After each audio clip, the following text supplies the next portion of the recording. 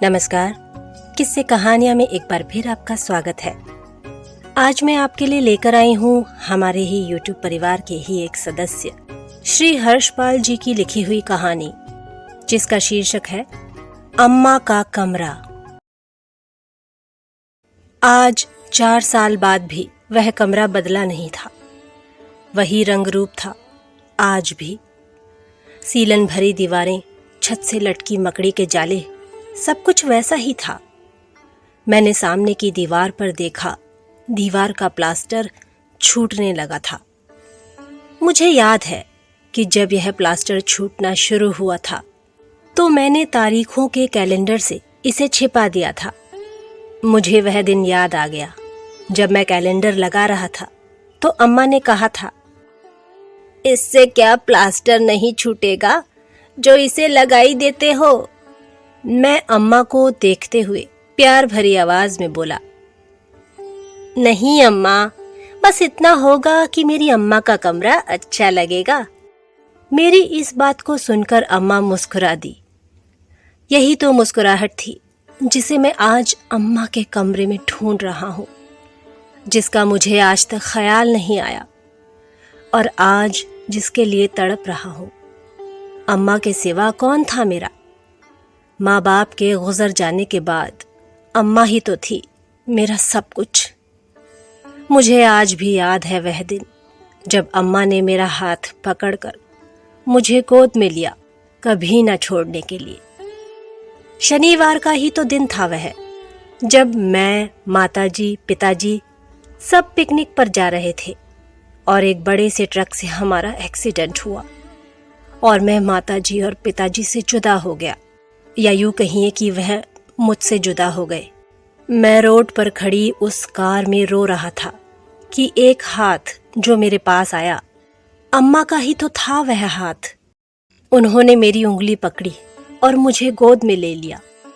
5 बरस की उम्र होगी मेरी उस समय। उस दिन मेरे दादाजी भी आए हुए थे अम्मा के साथ मुझे लेने। अम्मा ने बताया था कि मैं उस हादसे से इतना डर गया था कि जब भी मुझे कोई गाड़ी दिखती तो मैं भागकर अम्मा के गले लग जाता। उस हादसे से उबरने में मुझे लगभग 1 महीना लग गया। यह सब मेरे दादाजी की वजह से हुआ। वह बहुत ही हंसमुख थे। वह मेरे साथ बच्चा बन जाते। अम्मा कहती, पहले इस घर में 2 बुजुर्ग रहते थे और अब 2 बच्चे और 1 अम्मा। इस बात का जवाब देते हुए दादाजी कहते, गायत्री, दादा पोते का रिश्ता संसार में सबसे अनोखा होता है। जब हम बच्चे थे तो हमारे दादाजी कहा करते थे कि पोता दादा का आखिरी दोस्त और दादी पोते का पहला मित्र होता है। सही तो कहा था दादा ने। दादा अपने जीवन का अच्छा बुरा अनुभव खेल खेल में पोते को सिखाते थे। वह पोते में अपने आप को, अपने बचपन को तलाशते थे। अक्सर जिंदगी हमें बहुत छोटी लगती है, या शायद होती है। एकांत में बैठा मैं भी कभी कभी सोचता हूँ कि इतना सब कुछ कितनी जल्दी हो गया। मेरा अम्मा से मिलना, कैम्ब्रिज यूनिवर्सिटी से स्कॉलरशिप, फिर अम्मा को छोड़कर लंदन पढ़ने जाना, और फिर कैमिला यानी कमली से प्यार, फिर शादी, और फिर यह अक्षत। कितनी जल्दी हो गया यह सब। ऐसा लगता है कि मेरा अम्मा को छोड़कर जाना कल की ही बात हो। अक्षत में अपने बचपन को ढूंढता हूँ। कभी कभी जब अक्षत बहुत नखरे करने लगता या किसी चीज की जिद करने लगता तो कमली कहती कि इसके नखरे बिल्कुल आपकी तरह है। तब मैं हंस देता और सोचता हूँ कि मैंने भी कभी अम्मा को परेशान किया होगा। क्या उन्होंने भी कभी गुस्सा किया होगा? मैंने कभी अम्मा को गुस्सा करते नहीं देखा था। वह हमेशा खुश रहती थी। लेकिन तब तक, जब तक दादाजी थे। जब मैं 7 वर्ष का था तब मेरे दादाजी हमें छोड़कर हमेशा के लिए चले गए। उसके बाद अम्मा को मैंने कभी खुश नहीं देखा। वह शांत अपने कमरे में बैठी रहती। ऐसा लगता मानो कमरे में कोई है ही नहीं, जैसा आज मुझे अम्मा के कमरे को देखकर लग रहा है। काफी दिनों से बंद होने के कारण वह कमरा बहुत गंदा हो चुका है। मैं आगे बढ़कर अम्मा के कमरे की एक एक चीज देखने लगा। तभी मेरी नजर टेबल पर पड़े एक रेडियो पर गई। यह वही रेडियो तो था जिसे दादाजी अम्मा के लिए लाए थे। अम्मा ने रेडियो की जिद करते हुए कहा था, तुम और शेखू यानी शेखर यानी मैं दोनों तो बाहर चले जाते हो। एक कोतवाली चला जाता है, दूसरा स्कूल। मैं अकेली इस घर में बड़ी परेशान हो जाती हूँ। मुझे नहीं पता, जब इस बार तनख्वाह मिले तो मुझे रेडियो लेते आना। दादाजी ने मुस्कुराते हुए कहा, अच्छा ठीक है, इस बार लेते आऊंगा। दादाजी के गुजर जाने के बाद अम्मा अकेले इस रेडियो को लेकर कमरे में बैठी रहती। अम्मा को गानों का शौक नहीं था। वह बस दादाजी का मनपसंद एक गीत सुना करती थी और उनकी आंखों से हमेशा पानी बहता रहता। अक्सर जब मैं स्कूल से लौटता तो धीमी धीमी आवाज में आंगन में एक गाना बजता रहता। एक प्यार का नगमा है, मौजों की रवानी है, जिंदगी और कुछ भी नहीं, तेरी मेरी कहानी है। मैं अम्मा की हालत से परेशान रहता। एक दिन की बात है, जब मुझे कैम्ब्रिज से स्कॉलरशिप मिली तो मैंने अम्मा को बताया। अम्मा बहुत खुश हुई। अम्मा ने उस दिन मेरा पसंदीदा सूजी का हलवा बनाया।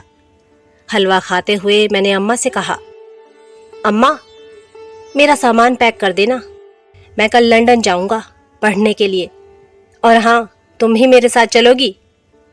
अम्मा को यह सुनकर धक्का सा लगा। वह सहम गई।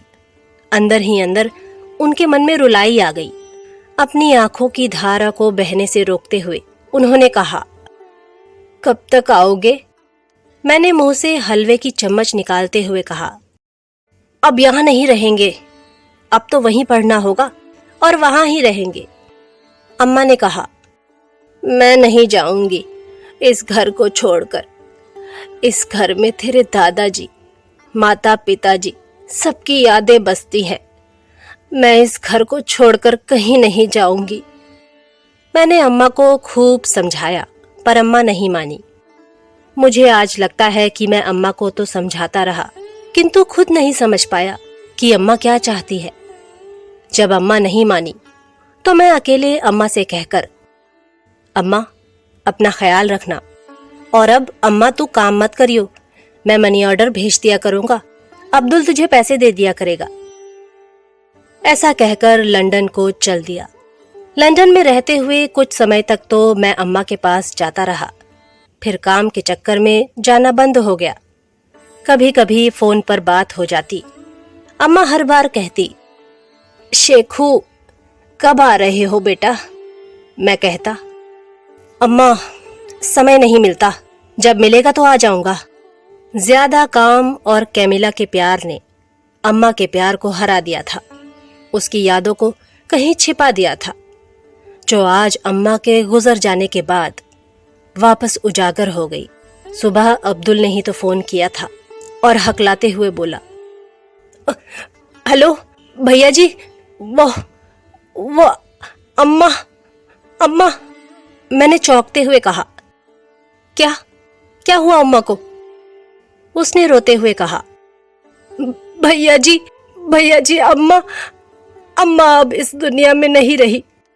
इतना सुनते ही मेरा कलेजा धम्म से बैठ गया। मेरी आंखों से आंसू गिरने लगे। मैं तुरंत गांव के लिए चल पड़ा और अपनी पत्नी और अक्षत के साथ गांव आ गया। अम्मा का दाह संस्कार करने के बाद अम्मा के कमरे में रेडियो हाथ में लिए खड़ा मैं यह सब बातें सोच रहा था और आंखों से आंसू गिर रहे थे। मेरी नजर एक डायरी पर गई जो लाल कपड़े में लिपटी हुई थी। वह डायरी अम्मा की थी, जिसके नीचे अम्मा की तस्वीर लगी थी। मुस्कुराती हुई अम्मा की तस्वीर को मैंने गले से लगा लिया और रोने लगा। आप सुन रहे थे हर्षपाल जी की लिखी हुई कहानी अम्मा का कमरा। कहानी सुनने के लिए धन्यवाद। जल्द ही किसी नई कहानी के साथ उपस्थित होंगे। तब तक के लिए नमस्कार।